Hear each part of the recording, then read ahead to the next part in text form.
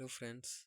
तो आज का मेरा टारगेट जो था वो ये था कि आज मुझे थर्मोडायनेमिक्स फिजिक्स का जो थर्मोडायनेमिक्स है और सेमीकंडक्टर है और alcohol biomolecules P block definite integration permutation combination straight line. फिर मेरा टारगेट ये था कि आज मैं 400 क्वेश्चन रिसॉल्व करूँगा और जो अपकमिंग टेस्ट है, जो मेरा पार्ट टेस्ट है, उसके लिए भी मैं प्रिपरेशन करूँगा। तो उसके लिए मेरा क्या है कि मेरा जो पार्ट टेस्ट था, जो मैं सोचा कि अब सिलेबस तो मोस्टली ख़त्म ही हो गया है, टेस्ट जो है वो सब शुरू किया जाए। तो यहाँ पे तो मेरा जो सॉल्यूशन चैप्टर है, ये जो सॉल्यूशन चैप्टर, ये वाला सॉल्यूशन चैप्टर है, बेसिक मैथ और काइनेमेटिक्स और बेसिक्स ऑफ फिजिक्स जो होता है एकदम करीब आने लगा है।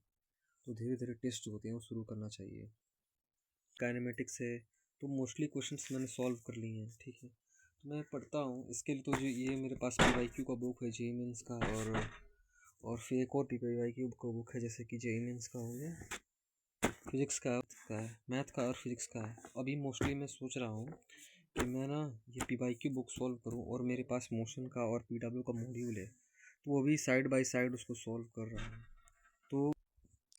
तो उसका एक आइडिया मिलता है, जैसे कि जब भी हम लोग मॉड्यूल मॉड्यूल वगैरह सॉल्व करते हैं, इसका सबसे बड़ा एडवांटेज तो ये होता है कि जो मॉड्यूल होता है, मॉड्यूल में से सारे क्वेश्चंस नहीं करने होते हैं। एक्सरसाइज 1 और 2 के जो जेईई मेंस के क्वेश्चन होते हैं, उनको सॉल्व करने का सबसे बड़ा बेनिफिट, इसको सॉल्व करने का उसमें बेनिफिट ये मिलता है कि हमें ये पता चल जाता है कि कौन कौन से क्वेश्चंस छोड़ने हैं और कौन कौन से क्वेश्चंस करने हैं।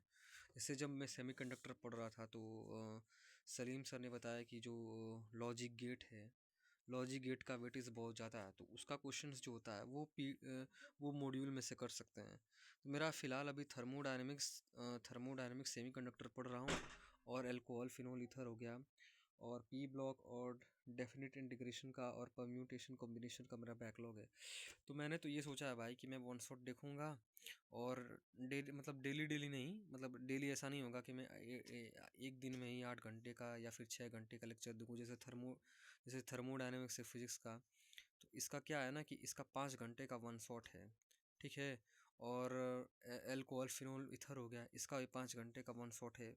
पीएनसी का भी 5 से 6 घंटे का लेक्चर है। तो मतलब एक दिन में इतना सारा लेक्चर देखना होगा तो फ्रस्ट्रेशन बहुत ज़्यादा होगा और हो भी नहीं पाएगा। तो इसका सबसे अच्छा अप्रोच तो ये है कि रोज़ एक एक लेक्चर अगर देखा जाए एक एक दिन में, तो वो कंप्लीट हो जाएगा, ठीक। तो मैंने ये सोचा कि आज का मेरा टारगेट जो होगा वो 400 क्वेश्चंस का होगा।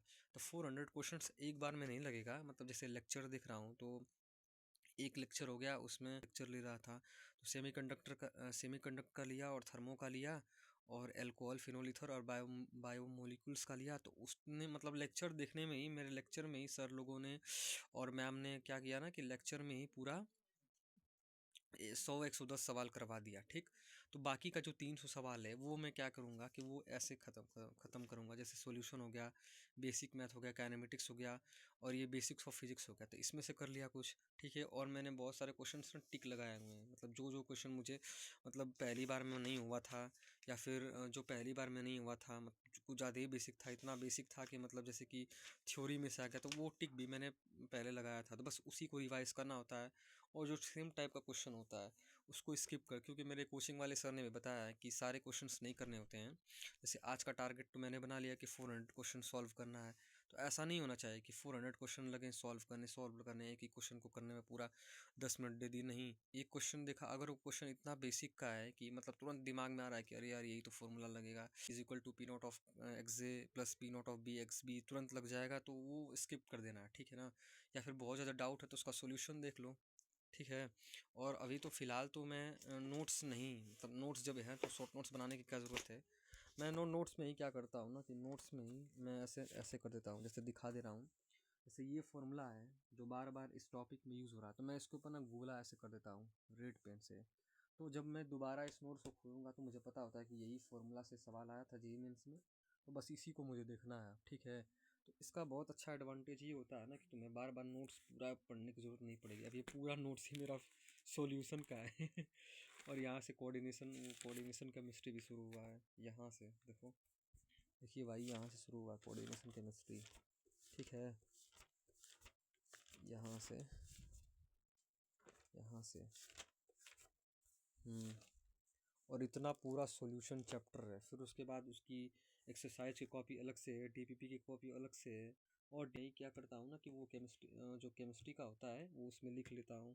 ठीक है, अलग से कॉपी जन बनाने की ज़रूरत नहीं है। और कोई क्वेश्चन अगर ऐसा होता है कि मतलब उसका सॉल्यूशन जो होता है, इस बुक में ना सॉल्यूशन दिया होता है, जैसे बुक है पीडब्ल्यू का, इसमें ना सॉल्यूशन दिया होता है। तो जैसे कि ये जो अभी देखो, अभी मैं इसको सॉल्व कर रहा था, जैसे ये वाला सवाल था, ठीक है। तो ये सवाल जो था पहली बार में मुझसे बन गया, ठीक है ना। तो अब मान लो, अगर मान लो डाउट भी है तो इसमें हम लोग देख सकते हैं, इसमें देखो इसमें दिया भी है, इसमें इसमें जाके देख भी सकते हो कि यार डिस्प्लेसमेंट ये फॉर्मूला, मतलब ये दिमाग में आ जा रहा था तो मैंने उसको टिक कर दिया कि नहीं भाई ये हो जाएगा। उसको हर एक क्वेश्चन को सॉल्व करके अगर देखा जाए तो मतलब 400 क्वेश्चन एक दिन में करना मतलब इम्पॉसिबल हो जाएगा, नेक्स्ट इम्पॉसिबल हो जाएगा। मेरे सर ने तो बता ही दिया था कोचिंग में कि नहीं, सारे क्वेश्चन नहीं करने होते हैं, मतलब जो क्वेश्चन तुमको लगे कि नहीं एक बार में हो जाएगा उसको छोड़ दो। हाँ, जो क्वेश्चन लगे कि नहीं, अगर कोई ऐसा सवाल है जो बार बार जेईई मेंस पूछ रहा है, ठीक है, और तुमको थोड़ा बहुत भी डाउट है कि नहीं हो पाएगा, तो उसको तुम सॉल्व कर सकते हो। तो बाकी ये फ़िलहाल का मेरा टारगेट यही था कि कुछ लेक्चर्स होंगे बैकलॉग के लिए हैं, और करंट जो मतलब कोचिंग में चल रहे हैं उसको पढ़ना है, और 400 क्वेश्चन लगाना है, और जो अपकमिंग टेस्ट है उसके लिए तो तैयारी करना है। तो मैंने कर ही लिया है, बस ये दोनों, इसमें जो मोशन इन 1D है 2D है उसका सवाल लगा लूँ तो 400 हो जाएगा। देखो टारगेट जो होता है ना वो हमेशा बड़ा रखना चाहिए। 400 क्वेश्चन तो मैंने लिख दिया है कि चलो 400 क्वेश्चन करूँगा। अरे कोई बात नहीं, अगर 400 क्वेश्चन नहीं होगा कम से कम 300 तो होगा ना, 350 तो होगा ना। वो अप्रोच जो होता है वो मेरे सर ने बताया था और बहुत अच्छा था। तो आप कमेंट करके ज़रूर बताइएगा कि क्या मेरा तरीका, पढ़ने का तरीका अच्छा है, क्या इसमें और भी कुछ मतलब इम्प्रूवमेंट किया जा सकता है। आपको भी अगर मेरे से कुछ पूछना हो, मैं तो भाई ड्रॉपर हूँ, अगर आपको भी मेरे से कुछ पूछना है तो आप मुझसे पूछ सकते हो, ठीक है ना। चलिए बाय बाय, आप भी पढ़ाई करिए, मुझे भी पढ़ाई करने दीजिए, और हम लोग दोनों मिलकर अपने अपने अपने टारगेट पूरे करते हैं। और भाई मॉक टेस्ट देना बहुत ज़्यादा ज़रूरी है, तो मॉक टेस्ट खरीद लो भाई, कंपटीशन का सबसे सस्ता मिल रहा है।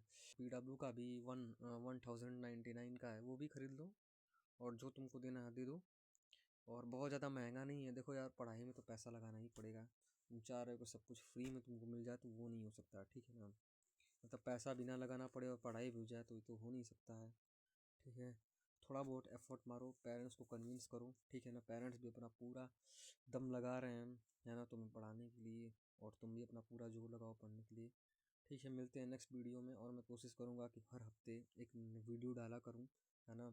और तुम्हें भी अगर कुछ पूछना हो मेरे से ना तो तुम कमेंट में पूछ सकते हो, ठीक है। मैं तो फ़िलहाल ड्रॉपर हूँ भाई। अगर अगर कोई चीज़ बताने वाली होगी टेस्ट सीरीज से रिलेटेड, या फिर कोई चैप्टर का बैकलॉग ख़त्म करना है, किसका लेक्चर देखने तो तुरंत हो जाएगा, या फिर नोट्स बनाना है कि नहीं बनाना है, और अगर मान लो NIOS वाला भी हो तो NIOS का भी डाउट पूछ लेना भाई, इम्प्रूवमेंट वाला भी डाउट पूछ लेना, सब पूछ सकते हो। ठीक है, मिलते हैं नेक्स्ट वीडियो में, तब तक के लिए बाय बाय, राधे राधे।